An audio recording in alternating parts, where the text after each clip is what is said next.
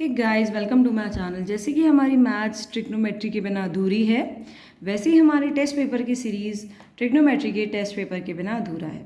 आज हम लेकर आए हैं लाइंस एंड एंगल्स के बेस पर टेस्ट पेपर, जो कि है 30 मार्क्स का, क्योंकि इसमें 10 क्वेश्चन है और ईच क्वेश्चन हमारा 3 मार्क्स गिवन है।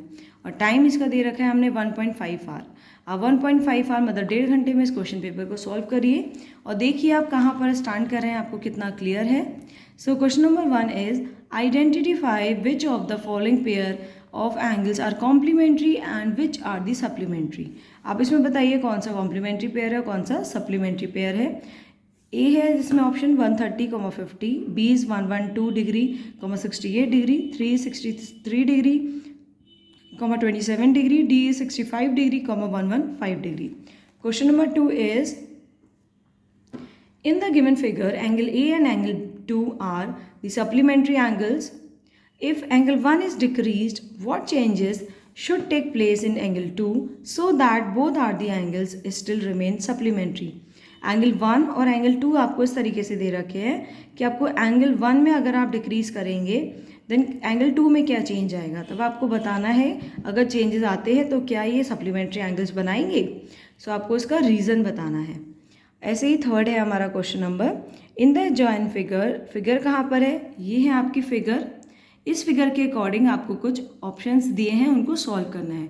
आप पहले इस फिगर को नोट कर लीजिए, देन हम इसके क्वेश्चंस को रीड करेंगे। क्या क्वेश्चंस है,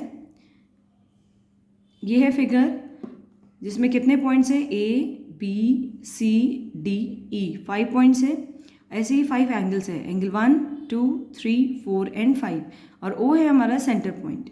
अब इसके बेस पर आपको क्या बताना है, ऑप्शंस। 2 स्ट्रेट लाइन है आपकी, ये C D and A B straight line है, और इन दोनों लाइंस को कॉमनली कट करिए एक लाइन ओ ई। इस तरीके से आप इस फिगर को बनाइए, ड्रॉ करिए कॉपी पर। देन इसके ऑप्शंस हैं जिसको आपको सॉल्व करना है, उसको नोट करिए। So question number 1 is angle 1 is adjacent to angle 2? Is angle A O C adjacent to angle A O E? Are angle BOD and DOA supplementary? Question number D is, do angle COE and angle EOD from a linear pair?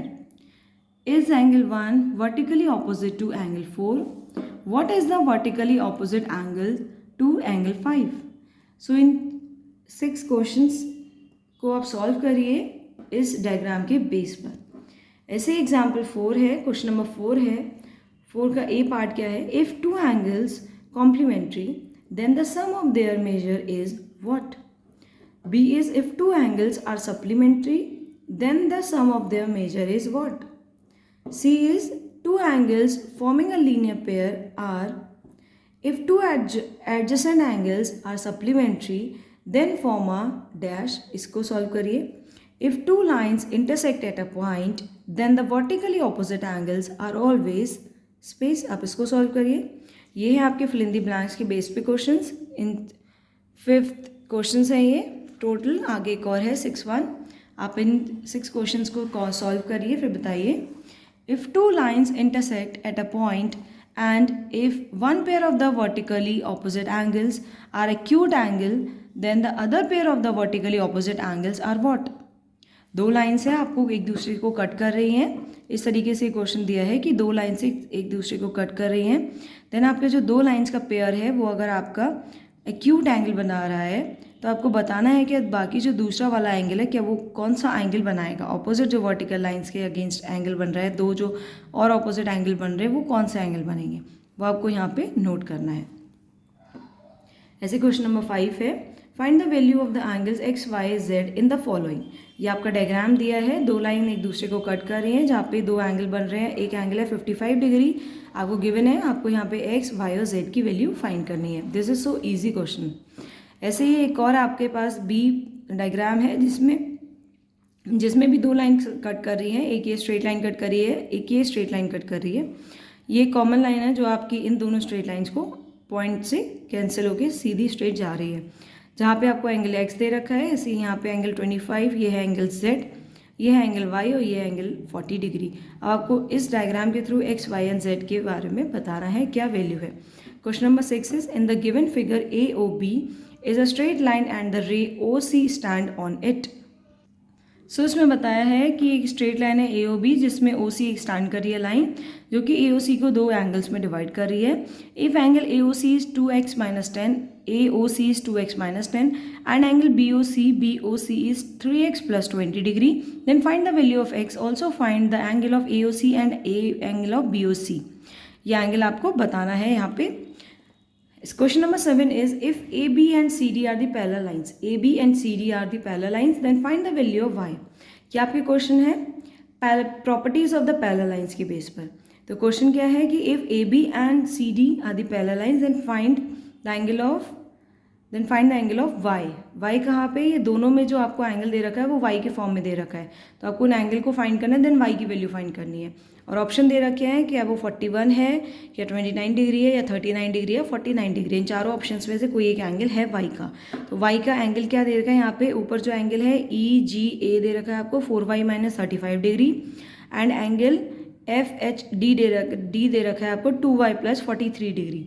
इस तरीके से दो angle आपको y के form में दिए हुए हैं, आपको इसमें y की वैल्यू फाइंड करनी है। क्वेश्चन नंबर 8 का ए पार्ट है if the two supplementary angles are in the ratio 3:7 then find the difference between them। this is so easy question। next question, in the given figure PQ is parallel to ST, AB is a straight line, then find the angle of BST। Again ये आपका properties of parallel lines के base पर question है। PQ and ST आपको parallel lines दी है और एक स्ट्रेट लाइन दी है AB, where QS is the transversal line जो कि पैरेलल लाइंस को कट कर रही है QS, और आपको ये दो एंगल दिए हैं PQS is 98 degree and QSA is 28 degree. आपको क्या फाइंड करना है, एंगल ऑफ BST, आपको ये एंगल फाइंड करना है। ऐसे ही नेक्स्ट क्वेश्चन है हमारा क्वेश्चन नंबर 9, ये भी हमारा पैरेलल लाइंस के बेस पे क्वेश्चन है। In the given figure AB is parallel to CD is parallel to EF, AB is parallel to CD which is parallel to EF, मतलब ये तीनों लाइन्स एक दूसरे के पैरेलल है। Which of the following statement is true.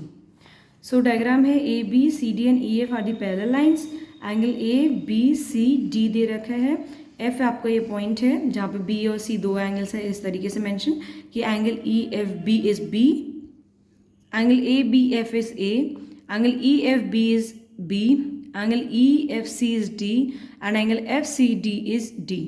आपको बताना है कि ये चार एंगल्स के बेस पर कौन सा ऑप्शन सही है, कि कौन सा रिलेशन बना रहा है।